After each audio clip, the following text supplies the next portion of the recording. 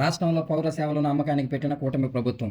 కేంద్ర ప్రభుత్వ ఆదేశాల మేరకు మున్సిపల్ కార్మికులకు, పట్టణ ప్రజానీకానికి వ్యతిరేకంగా రాష్ట్ర ప్రభుత్వం తీసుకువచ్చిన 975, 673 జీవోలను వెంటనే రద్దు చేయాలి. రాష్ట్ర ప్రభుత్వం ప్రజల సంక్షేమాన్ని గాలికి వదిలేసి ప్రైవేట్ సంస్థలకు పౌర సేవలు కట్టబెట్టడం దుర్మార్గం. మున్సిపల్ పట్టణాలు ప్రైవేట్ సంస్థల చేతుల్లోకి వెళితే కార్మికులకు ఉద్యోగ భద్రత లేకుండా పోతుంది. జీతభత్యాలకు గ్యారంటీ ఉండదు, పని భద్రత ఉండదు, ప్రజలపై అదనపు భారాలు పడతాయి. పౌర సేవలపై యూజర్ ఛార్జీల పేరుతో ప్రజల వద్ద ముక్కు పిండి వసూలు చేస్తారు. స్థానిక సంస్థల బలోపేతానికి కేంద్ర రాష్ట్ర ప్రభుత్వాలు పుష్కలంగా నిధులు ఇచ్చి అభివృద్ధి చేయాలని భారత రాజ్యాంగం చెబుతుంటే, అందుకు భిన్నంగా మున్సిపల్ ఆస్తులను, పౌర సేవలను ప్రైవేట్ సంస్థలకు, కూటమి నాయకుల తొత్తులకు దారాదత్తం చేయాలని రాష్ట్ర ప్రభుత్వం చూస్తుంది. శాశ్వత స్వభావం గల విధులు నిర్వహిస్తున్న కార్మికులను పర్మినెంట్ చేయాలని హైకోర్టు ఆదేశాలు జారీ చేసింది. మున్సిపల్ కార్మికులు చేసే సేవలు శాశ్వత స్వభావం కలిగినవి. ప్రభుత్వం వెంటనే మున్సిపల్ కార్మికుల ఉద్యోగాలు పర్మినెంట్ చేయాలి. కూటమి ప్రభుత్వం అధికారంలోకి వచ్చాక మున్సిపల్ కార్మికుల సమస్యలు పరిష్కరించాలని ప్రభుత్వానికి ఎన్నిసార్లు మొరపెట్టుకున్నా స్పందించలేదు. లక్షల ఉద్యోగాలు కల్పిస్తామని ఊదరకొడుతున్న కూటమి నాయకులు ఏళ్ల తరబడి పనిచేస్తున్న మున్సిపల్ కార్మికులను ఎందుకు ఉద్యోగులుగా గుర్తించడం లేదు? కరోనా సమయంలో తమ ప్రాణాలను పణంగా పెట్టి ప్రజలకు సేవలు అందించిన మున్సిపల్ కార్మికులు